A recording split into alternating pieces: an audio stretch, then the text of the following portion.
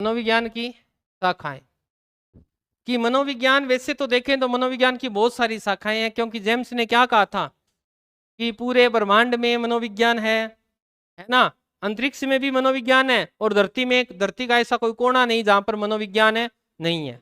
परंतु फिर भी कुछ विशिष्ट शाखाएं हैं जिनके बारे में जानना हमारे लिए क्या है, आवश्यक है। तो सबसे पहले अगर हम बात करें कि मनोविज्ञान को हम कितनी तरह से बांट सकते हैं, तो अगर बात करें मनोविज्ञान की शाखाएं, तो आपको ये पूछ ले कि मनोविज्ञान को कितने तरह से बांट सकते हैं, तो हम बोल सकते हैं 2 शाखाओं के रूप में बांट सकते हैं। मुख्य तो कितनी शाखाएं हैं, 2 ही है। एक तो कौन सी हो जाएगी, सामान्य मनोविज्ञान, और दूसरी कौन सी हो जाएगी बेटा, असामान्य मनोविज्ञान। यही तो है। या तो व्यक्ति नेचर के अनुसार जैसे सारी दुनिया करती है वैसा ही काम कर रहा है, तब तो किसके अंतर्गत आ गया, जैसे सभी लोग हाथ से खाना खाते हैं हाथ से ही खा रहा है, कोई दिक्कत नहीं है, तो फिर वो तो सामान्य मनोविज्ञान है। वो पैरों के बल चल रहा है तो सामान्य मनोविज्ञान, क्योंकि सारे पैरों के बल चलते हैं। असामान्य कब हो जाएगी, जब वो हाथ से ना खाकर पैर से खाना खाए, तो बताओ अलग हुआ कि नहीं हुआ।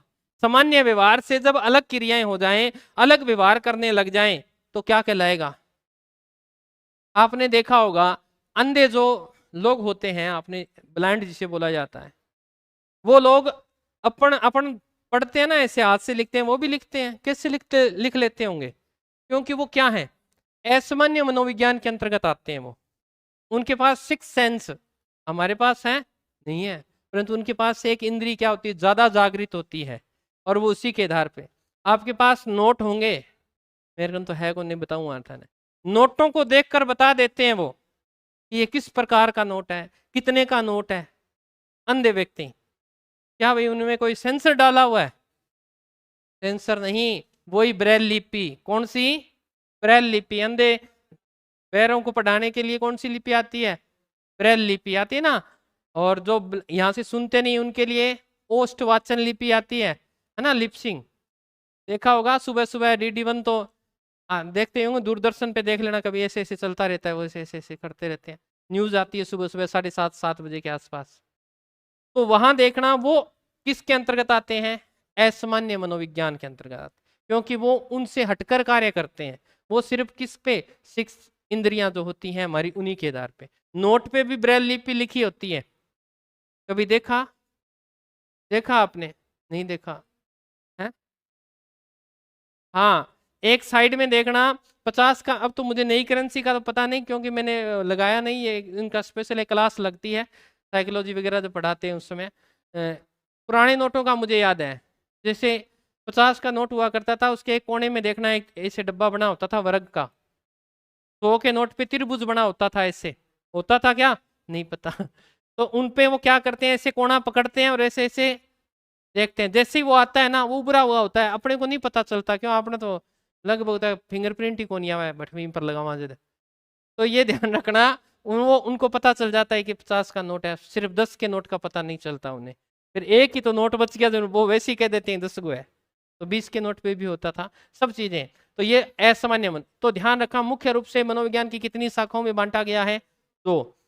अब 2 में तो बांट दिया गया, परंतु मनोविज्ञान ने पहले एक परिभाषा दी, क्या, कि मानव व्यवहार और प्राणी के व्यवहार का अध्ययन करती है। तो ये तो दोनों ही फिर किसके अध्ययन हो गया, मानव मानव का हुआ, प्राणी का तो फिर हुआ ही नहीं। इसीलिए ध्यान रखिएगा एक तीसरी शाखा भी निकल कर सामने आई, कौन सी, पशु मनोविज्ञान। और पशु मनोविज्ञान की बात करें, इसके प्रतिपादक थॉर्नडाइक है। कौन है, थॉर्नडाइक। आज तक साइंस के या मनोविज्ञान के जितने भी प्रयोग हुए हैं, सारे पहले किस पे हुए हैं, पशुओं पे। तो हम पशुओं को कैसे भूल सकते हो, तुम भूल सकते हो क्या। हमें जितनी भी साइंस ने चीजें दी, पहले किस पे प्रयोग हुए, कभी चूहे पर, कभी कबूतर पे हुए ना। और मनोविज्ञान ने भी किस पे प्रयोग किए हैं, चूहे पे, कबूतर पे, कुत्ते पे, खरगोश पे। तो ये पशु नहीं है क्या, इन्हें हम भूल जाएंगे, नहीं भूल सकते। तो ये बात आप ध्यान रखोगे कि पशु मनोविज्ञान भी होती है, और जिनका श्रेय किसको दिया जाता है, थॉर्नडाइक को दिया जाता है। तो ये हमारी 3 तरह से इनको बांट दिया गया है, सामान्य मनोविज्ञान, असामान्य मनोविज्ञान और अब अगर बात करें कि आगे इनकी उपशाखाएं तो निकलती होंगी। क्या निकलती हैं? उपशाखाएं। तो सबसे पहले अपन ए नंबर लगा के लिखते हैं। पहली कौन सी है? प्रयोगात्मक मनोविज्ञान, क्योंकि सबसे पहले अपन देखी प्रयोगात्मक मनोविज्ञान। अब बताओ प्रयोगात्मक मनोविज्ञान के जनक किन्हें कहा जाता है? बताओ रे, अरे तुम भी बताओ भाई, ऑनलाइन वालों बताओ, प्रयोगात्मक मनोविज्ञान के जनक किन्हें कहा जाता है? बताइएगा, प्रयोगात्मक मनोविज्ञान के जनक किन्हें कहा जाता है? विलियम वुंट को कहा जाता है। क्यों? क्योंकि इन्होंने प्रथम प्रयोगशाला स्थापित की थी। कहां की थी? जर्मनी के लिपजिंग शहर में की थी। चलिए, तो इसी के आगे दो पार्ट निकलते हैं प्रयोगात्मक मनोविज्ञान के। आगे कितनी शाखाएं हो गई? दो। कौन कौन सी? एक तो मानव पर प्रयोग होता है, तो इसे हम बोल देंगे मानव प्रयोगात्मक मनोविज्ञान। मानव प्रयोगात्मक मनोविज्ञान, जिसमें किस पे प्रयोग होते हैं? मानव पे। एक फिर क्या बच गया? पशु बच गया। तो पशु प्रयोगात्मक मनोविज्ञान। मनोविज्ञान,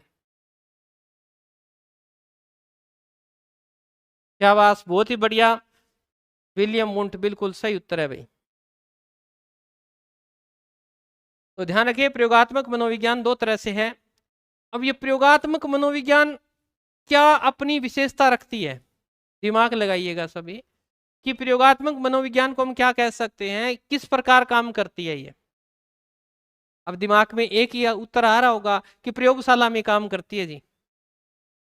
हाँ, प्रयोगात्मक मनोविज्ञान होती है, इसकी निश्चित क्या होती हैं? परिस्थितियां होती हैं, और उन्हीं निश्चित परिस्थितियों के अंतर्गत आपको काम करना होता है। जैसे मैंने कहा कि जब प्रयोग किया जाता है तो एक स्थान निश्चित किया जाता है और एक समय निश्चित किया जाता है, उसी समय के अंतर्गत वो कार्य होगा, अन्यथा नहीं होगा। तो प्रयोगात्मक मनोविज्ञान एक निश्चित है विज्ञान के रूप में काम है कर सकती है। तो ये ध्यान रखिएगा। यहां तक बात क्लियर हो गई। चलिए, हम 2 नंबर पे बात करेंगे। प्रयोगात्मक के बाद बात करें शिक्षा मनोविज्ञान। ये तो पढ़ ही रहे हैं वैसे तो। मनोविज्ञान, शिक्षा मनोविज्ञान, और इसे भी शिक्षा में लाने का श्रेय किसको दिया जाता है? थॉर्नडाइक को दिया जाता है। 1900 पूरा, ठीक है, 1900 के अंदर इसकी क्या होती है? स्थापना होती है, और 1920 के अंदर इसे स्वतंत्र विषय के रूप में पढ़ाया जाने लगा। किसको? शिक्षा मनोविज्ञान को। ये तो आपके लगती है, इसके अंदर हम खूब सारी चीजें। शिक्षा मनोविज्ञान का अर्थ है कि जो वह व्यवहार जो शिक्षा के अंदर प्रयुक्त किया जाए, वो कौन सी मनोविज्ञान होगी? अगर मैं मनोविज्ञान की परिभाषा में आपको बताना चाहूं तो ये हो जाएगा कि वह विज्ञान या वह मनोविज्ञान जो शैक्षणिक परिस्थितियों में मानव व्यवहार का क्या करती है? अध्ययन करती है, वो क्या कहलाएगी? आपकी शिक्षा मनोविज्ञान कहलाएगी। नंबर 3, तो फिर ये दोबारा लिखनी जरूरी हो गई यहाँ पे, क्योंकि ये उपशाखाओं के रूप में है। तो सामान्य मनोविज्ञान बता दी मैंने, जहां मानव की सामान्य क्रियाओं का अध्ययन किया जाए, और दूसरी हो जाएगी असामान्य मनोविज्ञान। लिख लिया? नेक्स्ट, कितनी 4 होगी क्या? 5। व्यक्तिगत, व्यक्तिगत मनोविज्ञान कह दूं चाहे इसे हम व्यक्तित्व मनोविज्ञान कह दें, एक ही बात है। कैसे समझा देते हैं। व्यक्तित्व मनोविज्ञान, व्यक्तित्व क्या होता है भाई? व्यक्तित्व, अरे पर्सनैलिटी। पर्सनैलिटी, हनी सिंह को देखकर हमने यहां से बाल उड़ा लिए, यो हनी सिंह। ठीक है, आप भी बढ़ने का प्रयास कर लिया, और आप में गाने का सुर है ही नहीं। आप गाते हो तो घर वाले सारे उठ जाते हैं, और केक तू बंद हो भाई। होता है ना, हम किसी के व्यक्तित्व को क्या कर लेते हैं? अपना लेते हैं। होता है ऐसा। हम अपने बालों का स्टाइल किसी की तरह रख लेते हैं। पीछे काफी पहले चला सिंगम वाली दाढ़ी मूछें रखनी प्रारंभ कर दी, आया ना। तो धीरे धीरे क्या होता है, हम किसी के व्यक्तित्व को अपने जीवन में उतारते हैं। पर्सनैलिटी का अर्थ क्या है? मुखौटा, नकाब, नकली चेहरा, बहरूपिया, मास्क, ये सब क्या है? व्यक्तित्व के नाम है। हम किसी के व्यक्तित्व यानी उसके व्यक्तित्व यानी बाहरी रूप को देखकर और ये प्रयास करते हैं कि हम इसके जैसे बन जाएं। क्या बन सकते हो? बन सकते हैं, परंतु हमें बहुत ज्यादा मेहनत करनी पड़ेगी। उनके विचारों को अपनाना पड़ेगा। बाह्य रूप तो आप धारण कर सकते हैं, परंतु आंतरिक रूप तो धारण नहीं कर सकते। आप व्यक्तिगत मनोविज्ञान ये कहती है व्यक्ति अपने स्वयं के व्यवहार का अध्ययन करे और उसमें देखे कि कहाँ त्रुटियां हैं और उन त्रुटियों के अंदर वो क्या करे, सुधार करे, तो ही वो व्यक्तिगत मनोविज्ञान कहलाती है, जिसमें व्यक्ति अपने स्वयं का क्या करता है, निर्माण करता है। परंतु हम कभी ऐसा करते ही नहीं। जब हम फेल हो जाते हैं तो दोष किसको दिया जाता है, मास्टर को, कोचिंग क्लासेस को, इसने नहीं करवाया, हमारा भविष्य खराब कर दिया। अरे भाई तूने क्या किया, उसने कुछ कराया तो है तेरे को, तूने क्या किया। फिर मान लीजिए तुम एक सब्जेक्ट में फेल हो गया, तो क्या तूने उस दूसरे साल उस सब्जेक्ट पे मेहनत की, नहीं की, आपने भेड़चाल ही की। तो वो व्यक्तिगत मनोविज्ञान नहीं है, क्योंकि व्यक्तिगत मनोविज्ञान आपके व्यवहार को सुधारेगी, आपका आंकलन करेगी कि आपका कमजोर पॉइंट कौन सा है। और हर व्यक्ति का एक कमजोर होता है ना, मेरा भी है, आपका भी है, सबका है। कोई ये नहीं कह सकता गुरुजी मेरा नहीं है, क्योंकि संसार में मनुष्य को जब बनाया गया तो उसके अंदर एक कमी रखी गई और वो कमी हर व्यक्ति में है। ये जरूरी नहीं है कि कोई व्यक्ति संपूर्ण हो। वो किसी, या तो वो संज्ञानात्मक रूप से कमजोर हो सकता है, या वो भावनात्मक रूप से कमजोर हो सकता है, या फिर वो क्रियात्मक रूप से कमजोर हो सकता है, परंतु एक कमी उसके अंदर है, निकले। हो सकता है आप किसी का दुख न देख सको और आप रोने लग जाते हो, वो आपकी कमी है कि नहीं है, लोग उसका फायदा उठा लेंगे। हो सकता है आपको गुस्सा बहुत आता हो, आपको थोड़ा सा अग्रेसिव करके आपसे किसी के भी थाप लगवा दिया जाए, आपका भविष्य खत्म है कि नहीं है। तो ये सब चीजें क्या है, किसके अंतर्गत पढ़ी जाती है, व्यक्तिगत मनोविज्ञान के अंतर्गत। नंबर 6 की बात करें, नंबर 6 में आती है आपकी समाज मनोविज्ञान। समाज मनोविज्ञान। और समाज क्या होता है, समाज क्या होता है बताइएगा। अरे तुम कहाँ रहते हो और समाज होता क्या है, ये पूछ रहा हूं। मैं अकेला एक खेत में रहने लग जाऊं, क्या मैं समाज में रह रहा हूं क्या। तो ध्यान रखिएगा, समाज हमेशा 2 और 2 से 4, 4 से 8, 8 से 16, यानी समाज के अंदर कम से कम 2 आदमी तो होने चाहिए। क्यों, क्योंकि जब तक 2 आदमी नहीं होंगे तो भाषा का भी आदान प्रदान नहीं होगा, विचारों का आदान प्रदान नहीं होगा, और जब तक आदान प्रदान नहीं होगा तो हमारा व्यवहार दिखेगा ही नहीं। मैं तो चुपचाप बैठा हूं अकेला, तो बताओ मेरा व्यवहार सुधर सकता है क्या। तो मनोविज्ञान कहती है समाज मनोविज्ञान, और समाज के अंदर हम किसी ना किसी को देखकर क्या होते हैं, अभिप्रेरित होते हैं, मोटिवेट होते हैं, और हम उसी के अनुसार व्यवहार करना प्रारंभ कर देते हैं। मैंने कल ही बताया, आप यहाँ बैठे हो तो किसी ना किसी के देख कर आप तैयारी कर रहे हो, ये कन्फर्म है। हो सकता है आप स्कूल लाइफ में आपको डंडे बहुत पड़े हो, ठीक है, आप वो बदला लेने के लिए बैठे हो कि मैं भी कुटूंगा, परंतु ध्यान रखना अब तो आप बालक के हाथ नहीं लगा सकते। कौन सी धारा, आरटी की धारा 17 के अंदर स्पष्ट कहा है कि आप बालक को उल्लू का पट्टा, किसी भी अपमानजनक शब्द का प्रयोग ही नहीं कर सकते। वो सपने चले गए जब हमारे डंडे पड़ा करते थे, लड़कियों को कुर्सी बनाया करते थे, हमें मुर्गे बनाया करते थे, वो समय चला गया। चलिए नेक्स्ट हम पढ़ते हैं 7 नंबर में, बाल मनोविज्ञान। ये तो पता ही है सबको, खूब पढ़ रखी है ये तो, बाल मनोविज्ञान। ये तो मैं करवाऊंगा नहीं, आपने पढ़ रखी है। ये भी पढ़ रखी है, किशोर मनोविज्ञान। मैं पूछूंगा अभी, देखो तुम ऑनलाइन वाले भी ध्यान दें भाई, प्रौढ़ मनोविज्ञान और विकासात्मक मनोविज्ञान।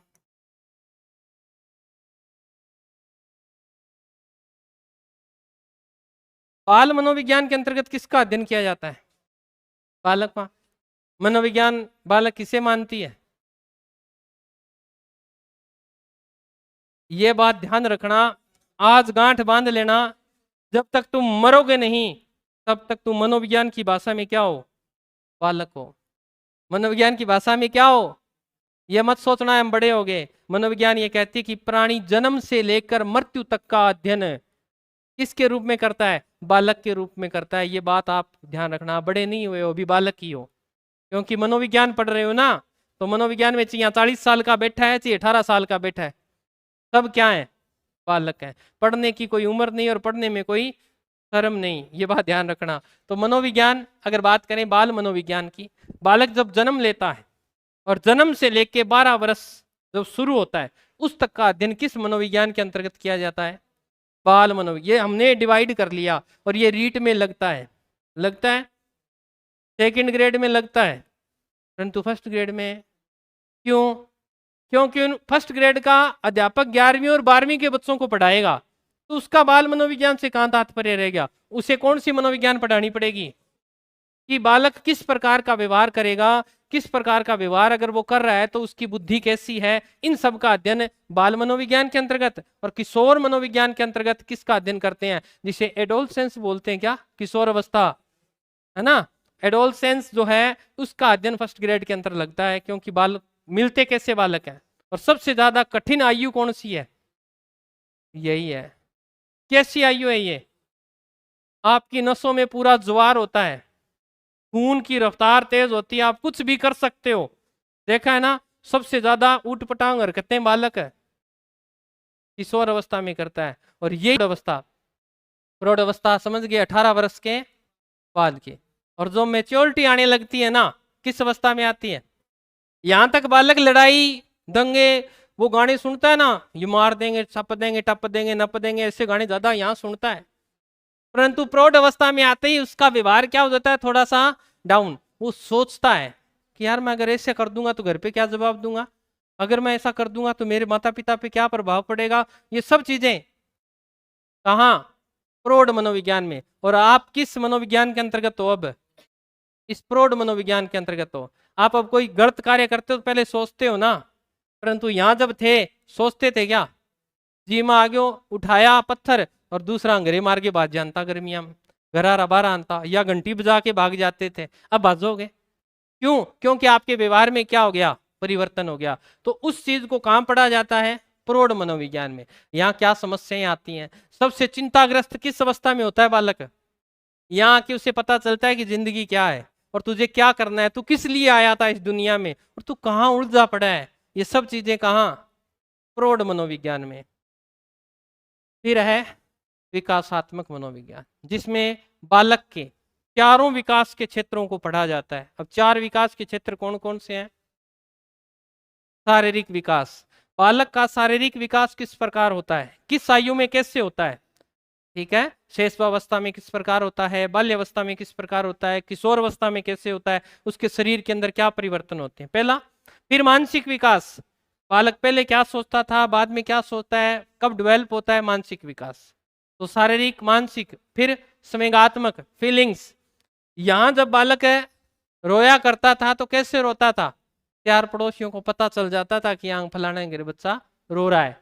परंतु यहाँ थोड़ा सा कंट्रोल हुआ, रोता था अंदर घुस के रोता था। यहाँ मार पड़ती थी, सरेआम पड़ती थी, बाजार के अंदर मिल गए वहीं ठोक दिया करते थे माता पिता। परंतु यहाँ अब क्या हो गया? बदला का नहीं बदला, कमरे के अंदर अच्छी तरह से बुलाते हैं, इधर आ, प्यार से समझाते हैं, फिर चपाट लगाते हैं, रोने भी नहीं देते, रोए देख ली, आंख निकाल के चुप करवा देते हैं। तो ये कौन सी मनोविज्ञान यहाँ पढ़ी जाती है? शारीरिक, मानसिक, संवेगात्मक, फीलिंग्स। फीलिंग्स भी आपकी यहीं आती है। और फिर समाज, जिसे हम संज्ञानात्मकता के अंतर्गत लेते हैं। सब विकास का अध्ययन कहाँ किया जाता है? विकासात्मक मनोविज्ञान के अंतर्गत इनका अध्ययन किया जाता है। फिर हम देखें नंबर 11, जेनेटिक। जेनेटिक मनोविज्ञान कह दो, हिंदी में अगर मैं कहना चाहूं तो जननिक बोलते हैं इसे। क्या बोलते हैं? जननिक मनोविज्ञान। जेनेटिक क्या होता है भाई? जेनेटिक क्या होता है? अरे वाह, तुम इंग्लिश आ था ना, मुझे तो पता ही नहीं था आपको इंग्लिश आती है। इसके अंतर्गत किसका अध्ययन किया जाता है? आनुवांशिकता और गुणसूत्रों का अध्ययन। अगर लिखना चाहो तो कोई बच्चा लिख सकता है इसके नीचे कि इस मनोविज्ञान के अंतर्गत किसका अध्ययन? आनुवांशिकता और गुणसूत्रों का अध्ययन किया जाता है। आपने देखा होगा, हम कई बार एक बालक, जैसे काले रंग के माता पिता हैं या काले वर्ण के माता पिता हैं, उनके गोरी संतान हो जाती है, तो उसका अध्ययन फिर कौन सी मनोविज्ञान के अंतर्गत करें? यहाँ आएगा। गोरे रंग के माता पिता हैं, उनकी संतान काली हो जाती है, तो कहाँ अध्ययन करें? इसके अंतर्गत। ये मत सोच लेना किसी दूसरे का बच्चा है, जरूरी नहीं है। क्योंकि साइंस क्या कहती है कि आपकी पीढ़ी के, आपकी जो आनुवंशिकता है, आपके दादा दादी, नाना नानी के गुण एक पीढ़ी में नहीं, दूसरी पीढ़ी में नहीं, तो तीसरी पीढ़ी में तो कन्फर्म ही आएंगे। तो हो सकता है आपकी दादी काली हो सकता है आपके दादा काले हो सकता है आपकी नानी काली हो सकता है नाना काले हो सकता है मामा भी काले हो। तो वो गुण कहीं ना कहीं आपकी पीढ़ी में क्या होंगे, प्रदर्शित होंगे। तो ये जरूरी नहीं है कहीं आप कहीं तलाक लूंगा मैं तो, ना ऐसा कुछ नहीं है। उसका अध्ययन कहाँ किया जाएगा, जेनेटिक मनोविज्ञान के अंतर्गत किया जाता है। ये सामान्य बातें हैं जो आपको ध्यान रखनी है। आप टीचर बनने जा रहे हो, देश का निर्माण करोगे, अरे ये छोटी छोटी बातें आपके माइंड से निकल जानी चाहिए। समझ में आया? अरे भाई क्या कह रहे हो तुम?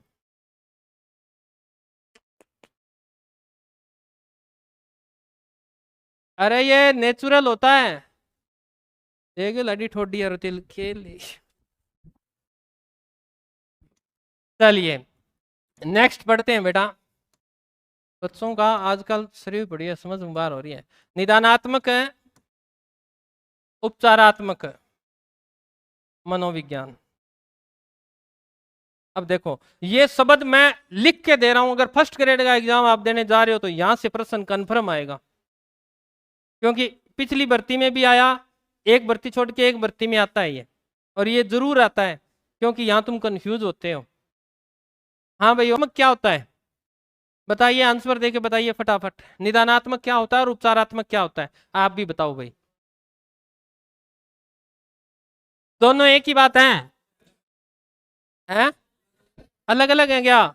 शाबाश, कह रहे दोनों अलग अलग हैं। निदान होता है समस्या का पता लगाना, निदान होता है समस्या का पता लगाना, उपचार होता है समस्या को हल करना, समस्या को हल करना। तो दोनों शब्द देखने में एक जैसे हैं परंतु है दोनों अलग अलग। पहले समस्या का क्या लगाया जाए, पता लगाया जाए। एक बालक प्रतिदिन स्कूल में देरी से आता है, ठीक है, और आप उसको कुछ नहीं पूछते, खड़े हो, लेटा है, आजा, चार रख देते हो, गलत बात है।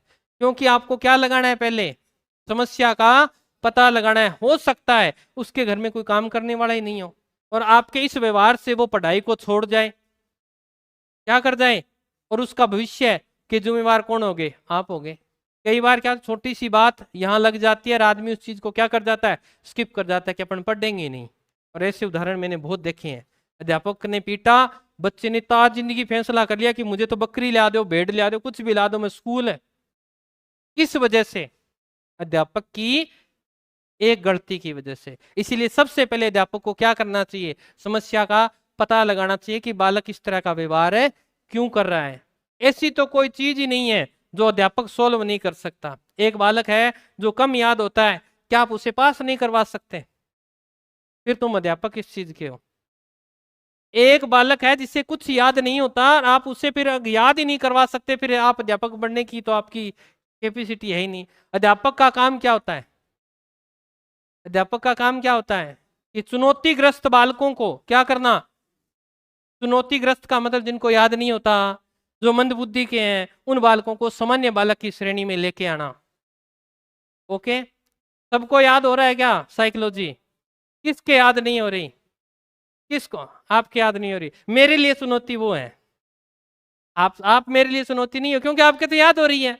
मेरे लिए चुनौती कौन है, वो है। इसी प्रकार आपके लिए चुनौती कौन होगा, जो बालक असामान्य व्यवहार करेगा। तो पहले उसकी समस्या, आप मुझसे मिलना अभी। निदानात्मक, ठीक है, सबसे पहले समस्या का क्या लगाया जाए, पता लगाया जाए, और उसके बाद में समस्या का क्या किया जाए, उपचार किया जाए। जब ऐसी सिचुएशन आती है तो एक अध्यापक जब कार्य कर रहा है और उस कार्य से बच्चे पढ़ रहे हैं, एक सब्जेक्ट में बहुत अच्छे हैं ना, आप वाले में कमजोर हैं, तो सोच लीजिए कि या तो फिर आपको सुधार की आवश्यकता है या फिर उस बच्चे को कहीं समस्या है तो उसका तरीका बदल दीजिए, उसका मेथड है। मतलब इसीलिए आपको शिक्षण विधियां पढ़ाई जाती हैं। पढ़ाई जाती हैं क्या, मुझे तो नहीं पता, पढ़ाती हैं क्या शिक्षण विधियां? अरे अभी भी पढ़ाएंगे, टेंशन कहां ले रहे हो तुम। फिर आती है आपकी खेल मनोविज्ञान। कौन सी आती है, खेल मनोविज्ञान, जो पीटीआई के अंदर लगती है, स्पेशल पीटीआई का जो होता है ना, स्पेशल पीटीआई, तो उसके अंदर ये आपकी खेल मनोविज्ञान लगती है। खेल मनोविज्ञान के अंतर्गत किसका अध्ययन, जो खिलाड़ी होते हैं उनके व्यवहार का अध्ययन किया जाता है। जी वहां कौन सा व्यवहार करते हैं? अरे खिलाड़ियों के व्यवहार से पता लगाया जाता है कि ये आदमी किस प्रवृत्ति का है। जैसे आप फुटबॉल के खिलाड़ी हो तो आपका व्यक्तित्व, आपके व्यवहार को मैं बता सकता हूं। आप फुटबॉल पसंद करते हैं, आप जिस खेल को पसंद करते हैं, मैं उसी के आधार पे बता सकता हूं कि आपका नेचर कैसा है।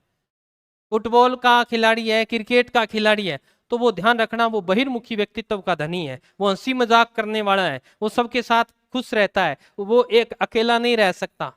अच्छा, खेल मनोविज्ञान, और जो व्यक्ति शतरंज को पसंद करता है वो व्यक्ति अंतर्मुखी व्यवहार का है। और अंतर्मुखी व्यवहार का मतलब आज जो दिवस है वो हो सकता है व्यक्ति उस रोग से ग्रस्त भी हो। ऑटिज्म विश्व डे मनाया जा रहा है। ऑटिज्म क्या होता है?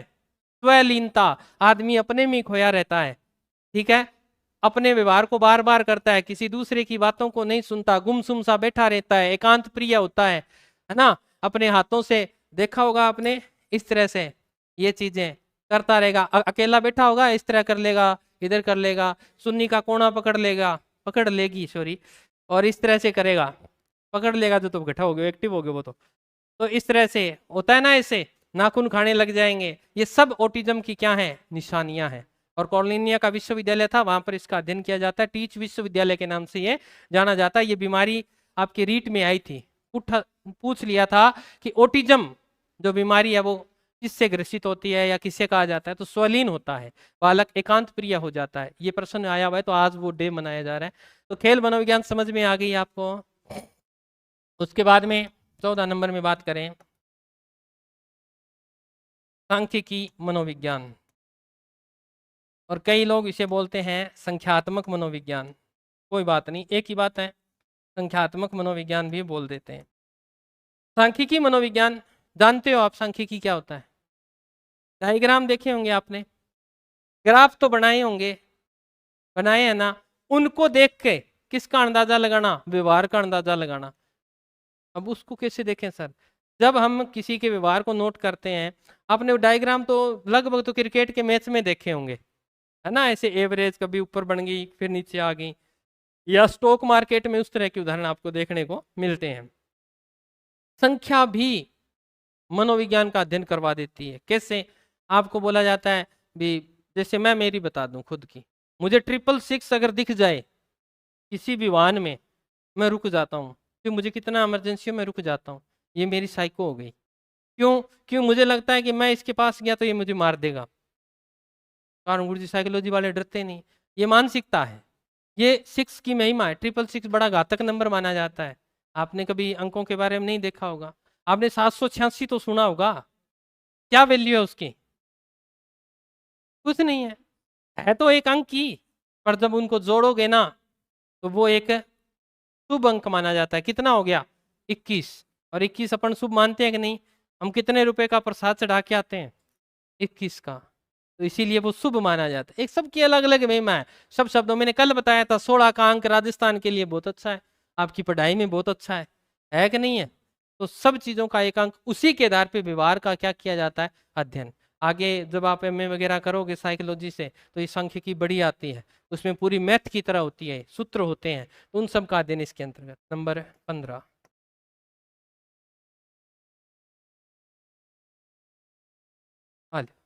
परा मनोविज्ञान। परा मनोविज्ञान समझते हो किसे कहते हैं? बहुत मजेदार है, मुझे सबसे ज्यादा आनंद इसी में आता है। परा का, पर का बोले ना दादा, पहले तो पर का अर्थ समझो। परा एक उपसर्ग है ना, जैसे बोलते हैं दादा, फिर परदादा, ऐसे बोलते हैं। यानी पर का अर्थ है दूसरे संसार का। परा का अर्थ क्या हो गया? यानी इस संसार की बात न कर, किसी दूसरे संसार की बात की जाती है। और दूसरे संसार की बात कहां की जाती है? परा मनोविज्ञान के अंतर्गत की जाती है। अर्थात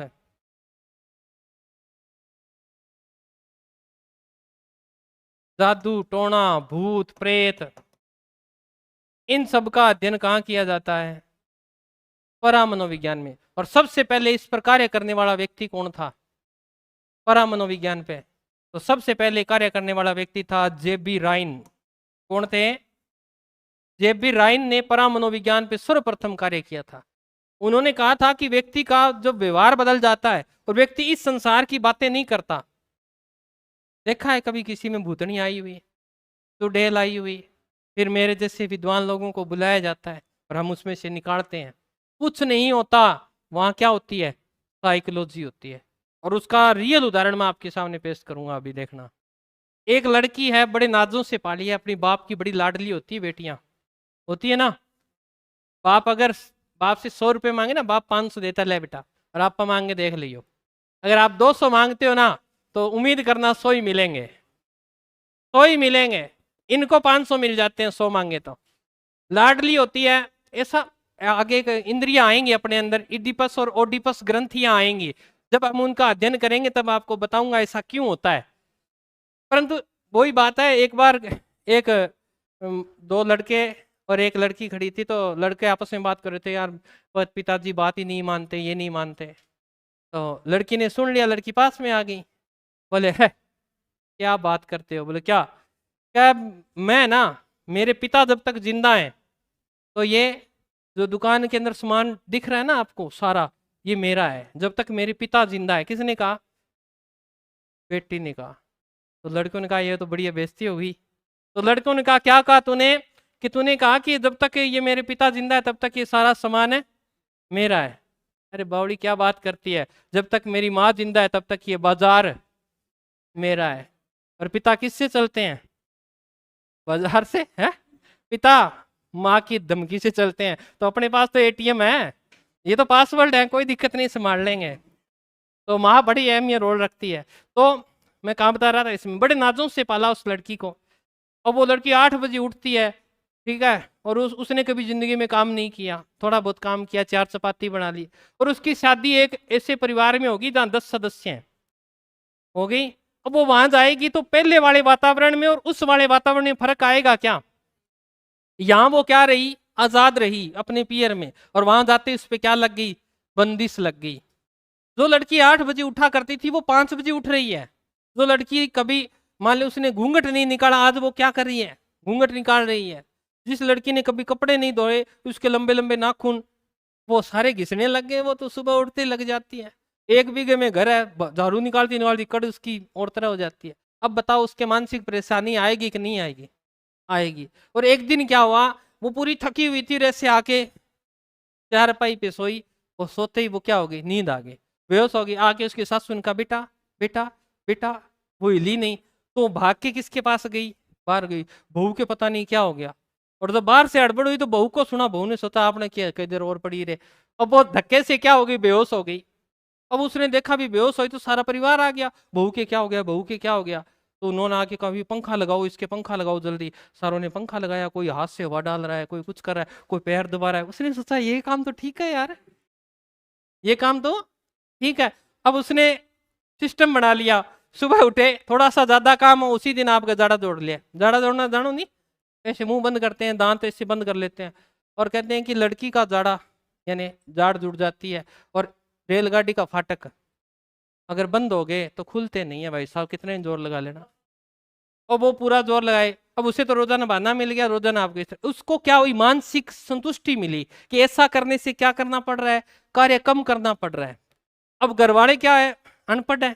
अब घर वालों ने क्या कहा, यार बहू तो आ गई, दिक्कत क्या हुई? एक आई पड़ोसन, उसने कहा हो सकता है भाई कोई टपार कर गई हो, बहू इतनी सुंदर है, हाँ ये हो सकता है। फिर वो मिर्च लेकर राई लेकर फिर उस पे करते हैं, फिर एक दिए की बत्ती लटकाते हैं, ऐसे होता है ऐसा।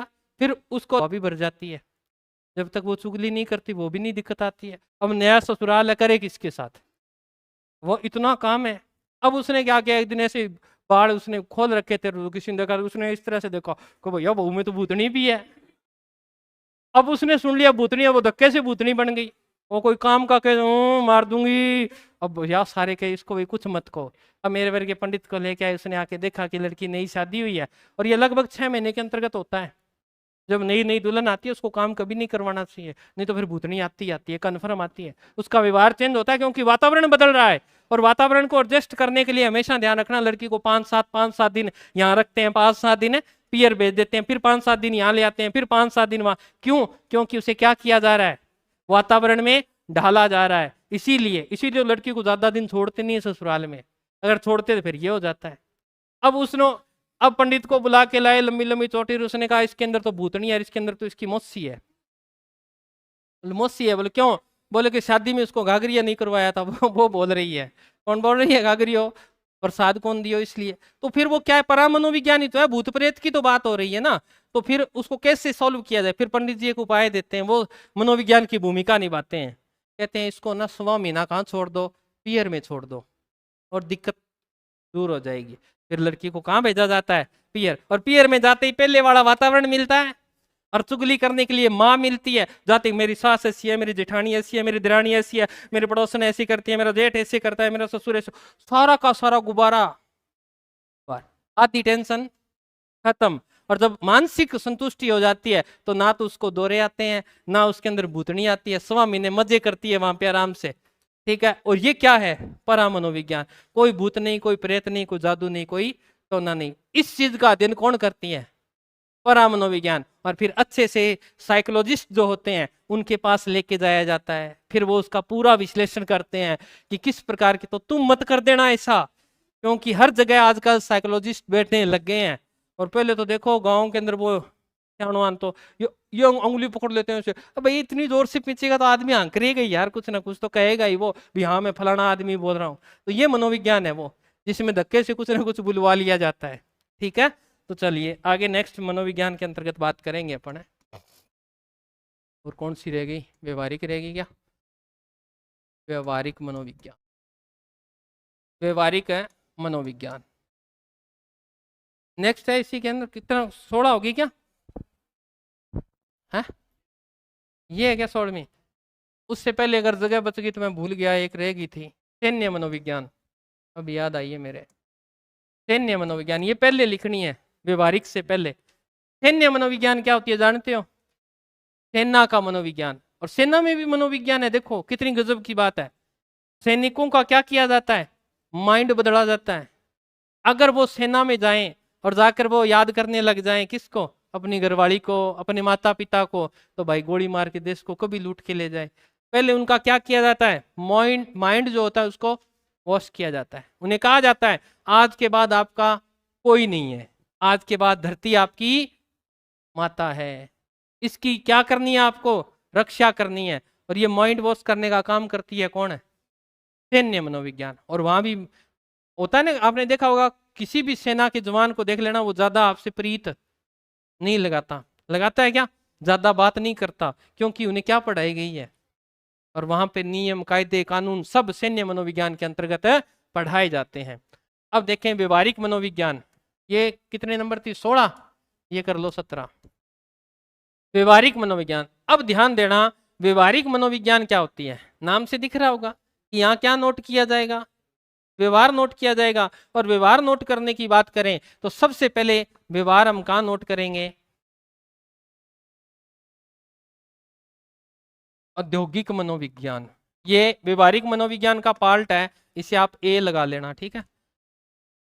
औद्योगिक मनोविज्ञान, इसके अंतर्गत क्या चीजें होती हैं? उद्योग जो चलते हैं, उद्योग धंधे आपने देखा होगा, वहां एक आदमी काम करता है कि बहुत सारे लोग काम करते हैं? बहुत सारे लोग काम करते हैं ना, कन्फर्म है। तो बहुत सारे लोगों का अध्ययन, उन सब का व्यवहार अलग अलग होगा या एक सा होगा? अलग अलग होगा। तो इसके अंदर क्या किया जाता है? श्रमिक जो होते हैं ना, श्रमिकों की रुचि किस चीज में है? ठीक है, रुचि और अरुचि का अध्ययन किया जाएगा। वो क्या नहीं चाहते? थकान का अध्ययन किया जाए, कितने घंटे बाद में उनको छुट्टी दी जाए, कितने घंटे बाद खाना खिलाया जाए, उन सब का अध्ययन। और क्या किया जाता है गुरुजी? और देखो विपणन, ये क्या होता है? ये बताना रहा मेरे को। मार्केटिंग, इंग्लिश में क्या बोलते हैं इसको? मार्केटिंग। इस चीज का अध्ययन किया जाता है। बाजार, और ये चीज मैं आपको बता के गया था कल ही, मार्केटिंग किस प्रकार होती है बताया था बस स्टैंड के अंदर, हेलो हाँ भाई साहब आ रहा हूं, वो चीजें। आप पर इस चीज का सबसे ज्यादा प्रभाव है। आज की जो जनरेशन है उस पर सबसे ज्यादा प्रभाव किसका है? मार्केटिंग का। और वो मनोविज्ञान है, कौन सी? औद्योगिक मनोविज्ञान। एक एड आता है और उस एड को देखकर आपके व्यवहार में क्या हो जाता है? परिवर्तन हो जाता है। आपसे क्या कमा लिया उसने? उस परिवर्तन से पैसा कमा लिया। कैसे कमा लिया? एक एड आती है, फेयर एंड ग्लो आती है, 7 दिन में गोरा हो जाएं, ऐसा आता है। और उसकी एक साइड में वो भी लगा आता है, क्या बोलते हैं, रेटिंग स्केल आता है ना, पहले हफ्ते में इतना गोरा चमड़ी होती है उससे मिला के देखा करो, ऐसे इतना गोरा, इतना फलाना, इतना इतना, ऐसे आता है ना। क्या क्रीम लगाने से कोई आदमी गोरा हो जाता है? भगवान ने दिए ना रंग, तो या तो काला है या गोरा है, भगवान ने 2 ही तो रंग दिए, तीसरा गेहूं रंग अपने वाला अपने खुद मिक्स कर लिया। परंतु अगर क्रीम लगाने से आदमी गोरा होता, आप देख के लाते हो ना कि और यू क्रीम लगाने से आदमी गोरा हो जाता है, अगर क्रीम लगाने से आदमी गोरा होता, क्या वेस्ट इंडीज वालों के पास पैसे नहीं है? क्या वो फेयर एंड लवली नहीं खरीद सकते? अरे भाई साहब इतना पैसा है, वो फेयर एंड लवली के टब में पड़े रहे अगर गोरे हो जाएं तो। होता है ना, फलाना तेल लगाओ, केस किंग लगाओ, लंबे बाल पाओ, वेस्ट मॉल ने किया कमाल, डब्बर कार, ये शैम्पू लगाओ इससे बाल लंबे होते हैं। अरे तुम लोग मुझे बताओ, अगर शैम्पू लगाने से बाल लंबे होते तो नागालैंड वालों के बाल करके दिखाओ ना तुम लंबे। उनकी लड़कियों के बाल भी इतने कितने होते हैं, देखे हैं क्या? होते हैं ना। ऐसा कुछ नहीं है। औद्योगिक मनोविज्ञान कहते हैं कि सब आपका व्यवहार का क्या कर रहे हैं, फायदा उठा रहे हैं। अमिताभ बच्चन को देखा होगा आपने, ऐड किया करते थे हाजमोला की, करते थे ना, खाया पिया पचाया, ऐसी ऐड आती थी। एक समोसा खा लिया था शूटिंग के दौरान और 7 दिन तक लीलावती हॉस्पिटल में भर्ती रहे थे। क्या उनके पास हाजमोला खरीदने के पैसे नहीं थे? क्यों रहे भाई भर्ती? अगर हाजमोला इतनी कारगर है तो वही चीजें बिकती हैं जिनकी मार्केटिंग क्या हो जाती है, कम हो जाती है। फिर वो क्या करते हैं, ऐड करते हैं। आपने भी देखा होगा, ऐड कौन करता है, विज्ञापन कौन देता है? जिनकी मार्केटिंग मर जाती है, जिनके पास ये चीजें नहीं होती, वो हमेशा ऐड करेगा। सर्स की ऐड आती है ना, आती है, डालडा की आती है। कभी आपने देखा दादी बैठी है ऐसे बिलोना कर रही है, उसका चूंटिया चूंटिया तो जानते हो, मक्खन निकाल के कह रही है ये मक्खन खाओ, ये तो डॉक्टर मना करते हैं। वो तो डॉक्टर मना करते हैं, परंतु डालडा खाओ, क्या रहेगा, हार्ट सॉफ्ट रहेगा। आता है ना ऐसे। अरे पहले वाले लोग खाया करते थे, मरते नहीं थे 100 साल तक, और तुम आज खाते हो, तुम्हारी आयु रही है 60 वर्ष, है कि नहीं है? तो वो चीजें बिकती हैं, नहीं बिकती जिनकी ऐड की जाती है, उनकी ऐड की जाएगी। तो ये कौन सी मनोविज्ञान के अंतर्गत है? मार्केटिंग जो है वो औद्योगिक मनो। और आप उसको देखकर क्या करते हो, एक एड मैं आपके सामने चलाता हूं और आप उसको देखकर क्या हो जाते हो, मोहित हो जाते हो और आप वहां से वो चीज खरीद लेते हो। क्यों? डर के आगे जीत है। कभी पी कर तुम खड़ना रेलगाड़ी के आगे, डर के आगे जीत है और कुछ है, पता चल जाएगा तुम लोगों को। तो ये सब चीजें क्या है, मार्केटिंग मनोविज्ञान के अंतर्गत आती हैं। बी, विधि मनोविज्ञान। क्या है? विधि मनोविज्ञान, या इसे हम बोल सकते हैं ला साइकोलॉजी। कौन सी?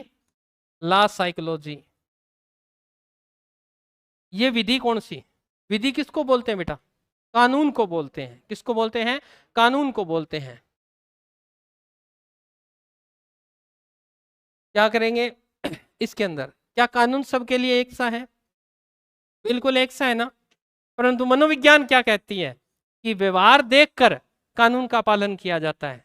क्या सही बात है?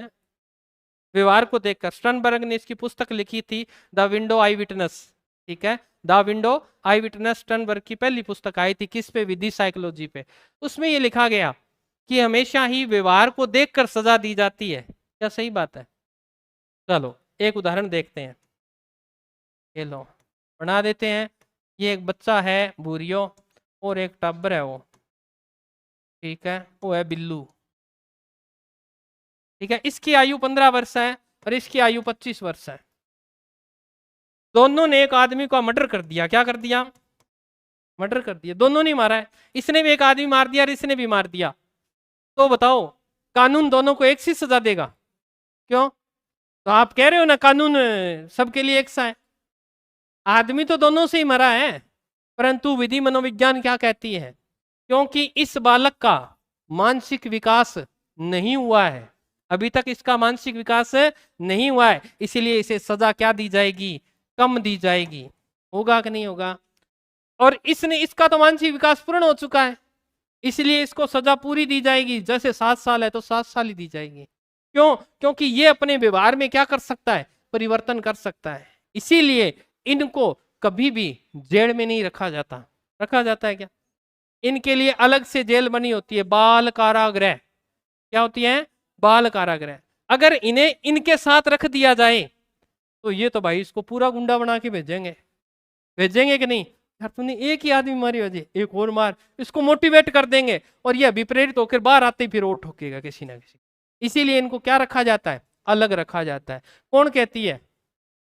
ला साइकोलॉजी। तीसरी आती है इसी के अंदर, अपराध मनोविज्ञान। कौन सी आती है? अपराध मनोविज्ञान। और इसके प्रतिपादक कौन थे? सीजर लम्ब्रोसो।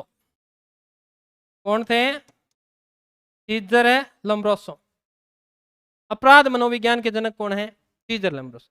अब ये कहते हैं कि बालक, जैसे बालक की श्रेणी बताते हैं ये, जैसे बालक घर से भागता है, स्कूल से भागता है तो ये अपराध है। बालक जुआ खेलता है, अपराध है। छुपकर बीड़ी पीता है, अपराध है। नशा करता है, अपराध है। अश्लील फिल्में देखता है, अपराध है। गंदी कहानियां पढ़ता है, अपराध है। किसी को छेड़ता है, अपराध है। चोरी करता है, अपराध है। किसी भी प्रकार की श्रेणी है जो इन्होंने बताई है, वो किस श्रेणी में आता है? अपराध। बालक ऐसा क्यों कर रहा है, इस चीज का फिर क्या किया जाता है? अध्ययन। कौन सी? मनोविज्ञान के अंतर्गत। अब इस बालक ने मारा, वो भी किस श्रेणी में आएगा? अपराध की श्रेणी में। इस बालक ने क्यों मारा? क्या सिचुएशन रही कि इसे एक व्यक्ति को मारना पड़ा? ठीक है, तो इन सब का अध्ययन कहां किया जाता है? अपराध मनोविज्ञान के अंतर्गत किया जाता है। देखा होगा आपने ऐसे बालकों को जो धूम्रपान करते हैं तो ऐसी क्या मजबूरी होती होगी? ऐसे नस मत लगाना, तुम भी मत लगाना। मैं कल ही देख के आया हूँ, लड़कियां भी बहुत पीती है यहाँ पे। ठीक है, धुआं बहुत निकालती है। इधर बैठी थी, मैंने देखा। तो बताओ क्यों करता है ऐसे? धुआं क्यों निकालते हैं भाई? क्यों पीते हैं? शरीर के अंदर से कोई आवाज आती है क्या? कर ले। शरीर से ये आवाज तो कभी नहीं आई, काजू खा ले, बादाम खा ले, जूस पी ले, कभी आई नहीं। क्यों? क्योंकि आज का जो युग है, आज का जो व्यवहार है, आज का जो चलचित्र है, जो फिल्में हैं, वो सबसे ज्यादा क्या कर रही है? प्रभावित कर रही है। दिनों दिन क्या हो रहा है? प्रभाव पड़ रहा है कि नहीं पड़ रहा? तुम बताओ बेटा। वातावरण का प्रभाव पड़ रहा है कि नहीं पड़ रहा? मानसिकता का प्रभाव आ रहा है ना? जैसा हम बड़ी सिटियों में देखते हैं, वैसा का वैसा हम बढ़ने का प्रयास करते हैं। दिनों दिन लड़कों के कपड़े तो बढ़ रहे हैं। लड़के पहले टी शर्ट पहना करते थे, अब देख लो यहाँ कितने बैठे हैं टी शर्ट वाले। और लड़कियों के कपड़े घट रहे हैं। पहले लड़कियां पूरी बाजू की यहाँ तक पहना करती थी, अब लड़कों में परिवर्तन हुआ है। लड़के तो छुपाने लग गए खुद को और लड़कियां प्रदर्शित करने लगी। आया कि नहीं आया परिवर्तन? कहां से आया? बड़ी सीटियों से आया है, अपने से नहीं आया। लड़कों पहले कैपरी वगैरह पहन के बाहर निकला करते थे, परंतु अब लड़के पूरी लावर पहन के निकलते हैं, लड़कियां कैपरी पहन के निकलती। कारण क्या हुआ?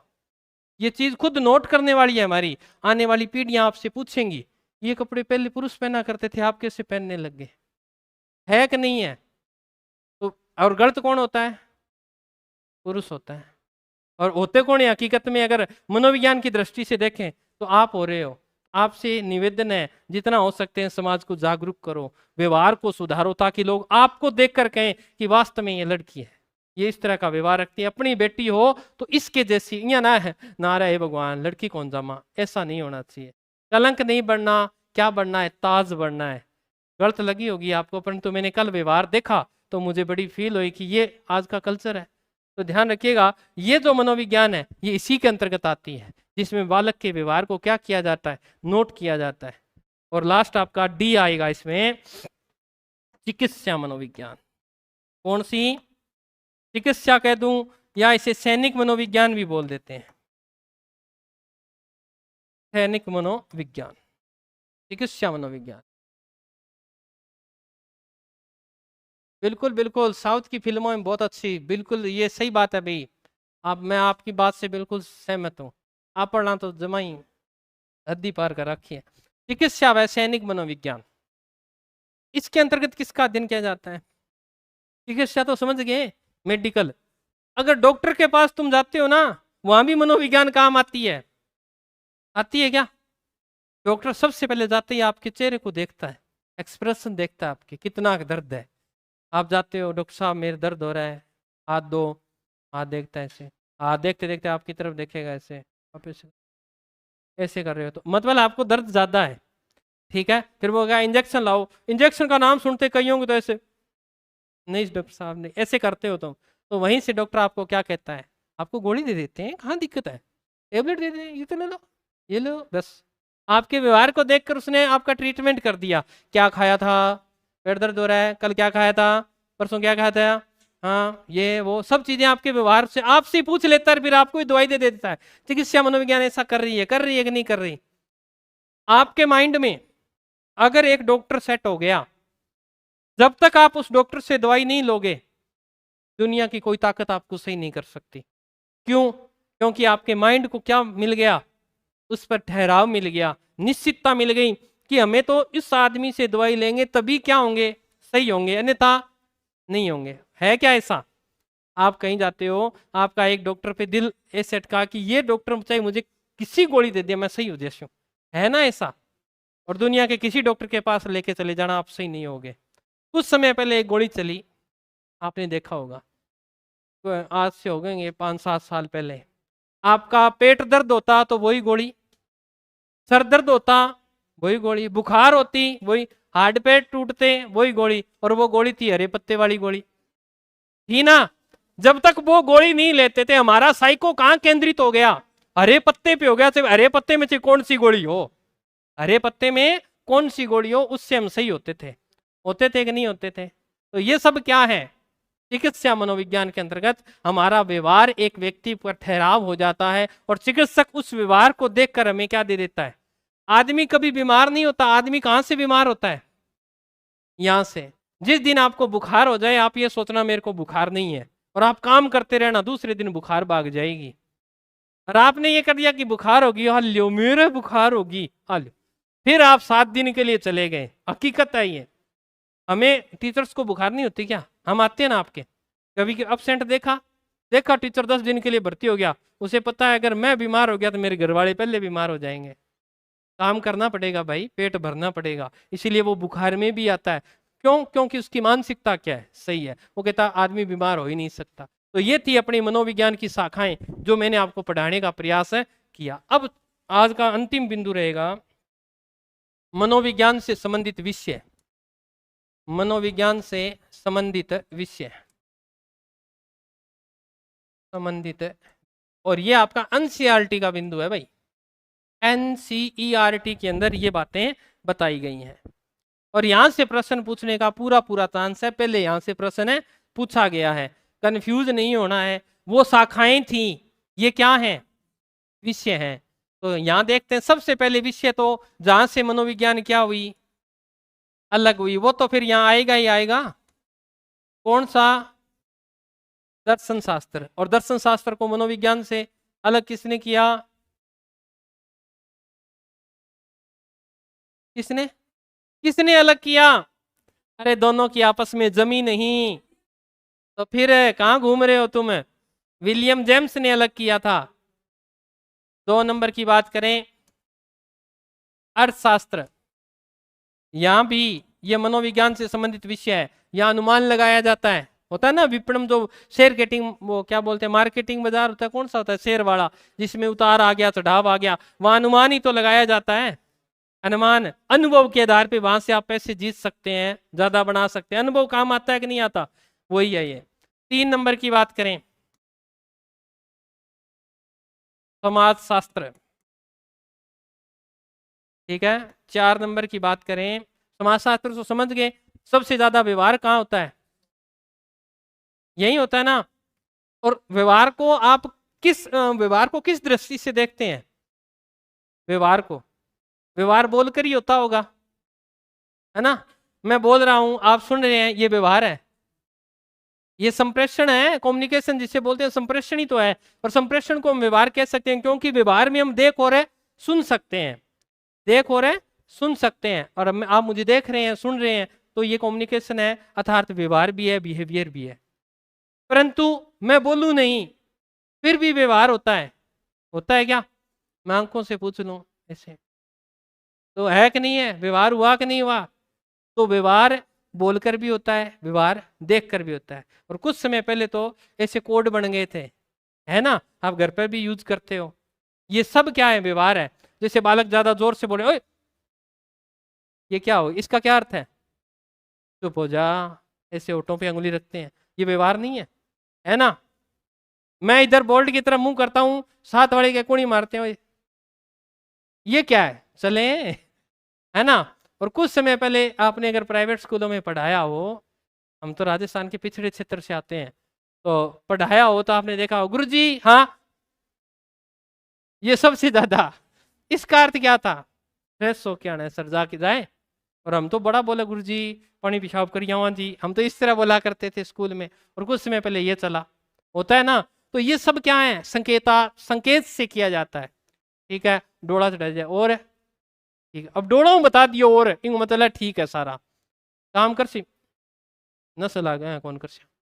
और ये देखो कितने तरीके हैं व्यवहार के, हम तो देखते हैं कई बार यार इतने भी तरीके हैं।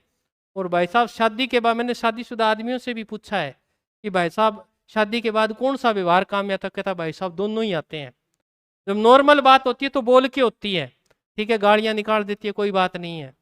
और जिस दिन थोड़ा ज्यादा गुस्सा होता है उस दिन तो भाई साहब आंखों से ही समझना पड़ता है, आंख ऐसे निकाल तो भाई साहब चुप ही रहना पड़ता है। यानी वहां भी किसका काम हो रहा है, व्यवहार का काम हो रहा है ना। इन आंखों में छाए रहो तुम, ये लो समाज शास्त्र।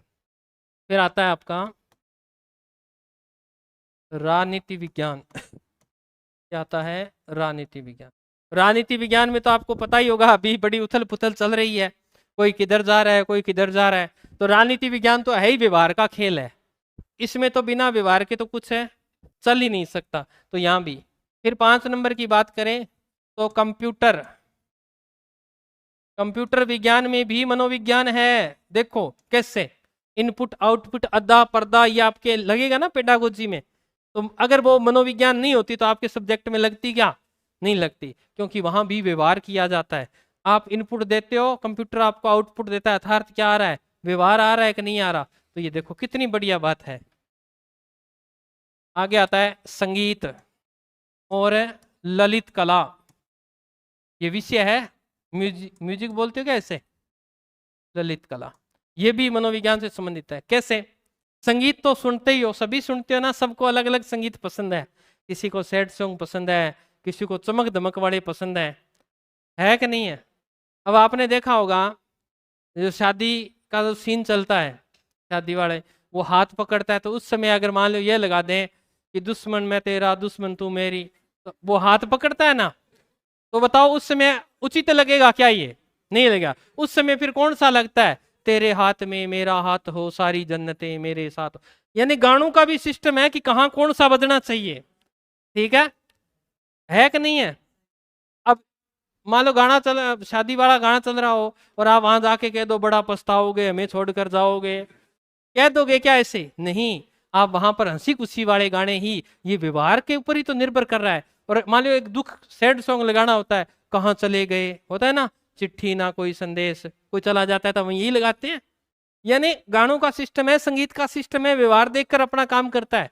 और जो मान लो कोई चला गया यार, वहां आप ये गाना लगा रहे हो, आए हाय एक बार आजा आजा आजा झलक दिखला आजा दिखला, हो सकता है क्या ऐसा। तो व्यवहार यानी जिस प्रकार का व्यवहार देखा जाता है उसी प्रकार से क्या किया जाता है, नोट किया जाता है। आगे भाई जल्दी आगे, क्या वास्तुकला।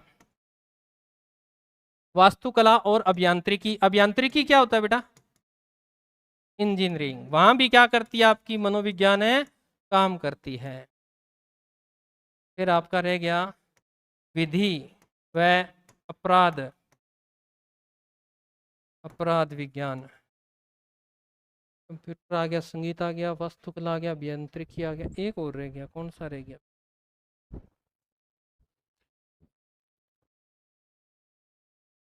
आयुर्विज्ञान। मेडिकल वाली लाइन तो रहेगी। ये थे मनोविज्ञान से संबंधित विषय। तो आज के लिए इतना ही, मिलेंगे कल सेम टाइम सेम जगह, तब तक स्वस्थ रहें, मस्त रहें। जय राजस्थान, जय भारत।